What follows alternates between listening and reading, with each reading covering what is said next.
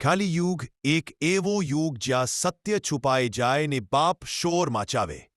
લોકો પાસે મોબાઈલ હશે પણ દિલમાં પ્રેમ ઓછો હશે. રોજનો ગુસ્સા, ધોખા, ઈર્ષા બધું નોર્મલ બની ગયું હશે. એક દિવસ ભગવાન કૃષ્ણની મૂર્તિમાંથી હલકી રોશની ચમકી. એક નાનું બાળક નજીક આવીને પૂછ્યું, ભગવાન, આ દુનિયા સાચી અને પ્યારી ક્યારે બનશે?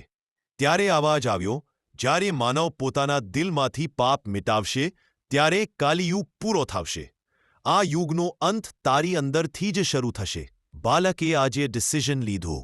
એને જૂઠ બોલવાનું બંધ કર્યું, કોઈનું દિલ ન દુખાવ્યું અને બધા જીવમાં પ્રેમને દયા આપવા લાગ્યો.